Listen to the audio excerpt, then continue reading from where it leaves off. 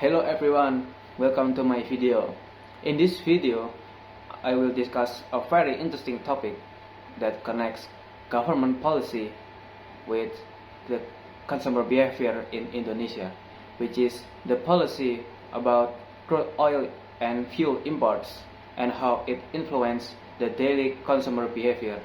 But before we continue to the video, I will introduce myself. My name is Alifianza and I am a marketing management student at State Polytechnic of Malang.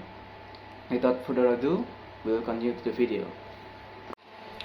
As we know, Indonesia still depends on the crude oil imports because the domestic production does not meet the demand of the consumers. Also, recently, the government introduced a one-gate policy for importing fuel. This means that private gas companies such as Shell, Vivo, and BP cannot import fuel directly anymore. They have to go through Pertamina, which is the state-owned oil company. This policy was made to maintain the trade balance and to control the national oil market. But it also has big consequences not only for the private companies but also for the consumers.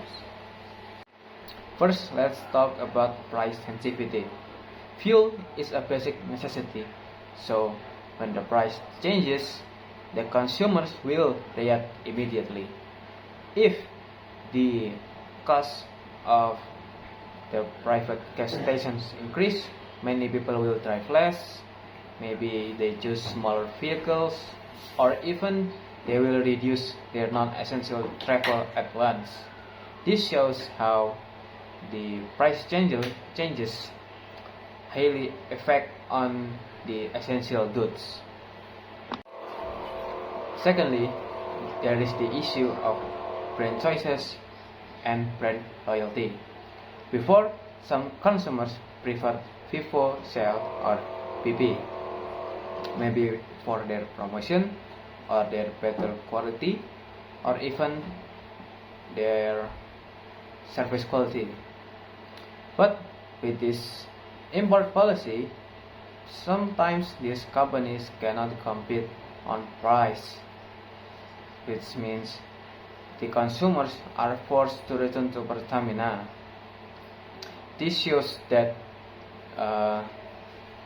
market is not only about the preferences of the consumers, but also about the market availability and the regulation of the government. The third one is the consumer perception and trust. If the people believes that Pertamina has too much control or that the market is unfair, their perception of the oil company can decrease, the trust can decrease. Perception is powerful. Even if the fuel quality is the same, consumers may feel dissatisfied because the policy limits their freedom of choices. And then the fourth one is the substitution effect. When one product becomes more expensive or less available, consumers tend to look for alternatives. In this case, the alternative might be using public transportations or maybe using the online ride services such as Uber, Gojek, and Grab, or even they buy their own electric vehicles. This substitution effect shows how external policies affect the consumer demand. And then the fifth, we can link this to the consumer decision making. So normally when consumers want to buy something, they go through steps, which is recognizing a need, searching for the information, comparing the options, and then making a purchase. Lastly, they evaluate their decision. But with this new policy, the option they have is fewer, so the comparison stage is very limited for them. Consumers may feel they have less control over their decisions, which can change how satisfied they are after their purchase. Finally, don't forget about the role of reference groups and social influence. For instance, if many people in a community start switching to Pertamina, or if friends and family start using electric vehicles, others are more likely to follow them. This shows how the consumer behavior is not only affected by individual but also is social based. Next, let's talk about some real examples to make this more concrete. For instance, when Shell or BP set higher prices than Pertamina, many Indonesian consumers quickly moved back to Pertamina gas stations. This behavior shows how both price sensitivity and limited brand loyalty affects how consumers choose affordability over brand preference. Another example can be seen with the rising popularity of electric motorcycles in Indonesia. As the fuel price increases and as consumers worry about the future of the fuel, the price stability, many people decide to invest in electric vehicles. This is a very strong substitution effect coming from the traditional vehicles to the new alternatives. We can also observe consumer behavior in daily commuting.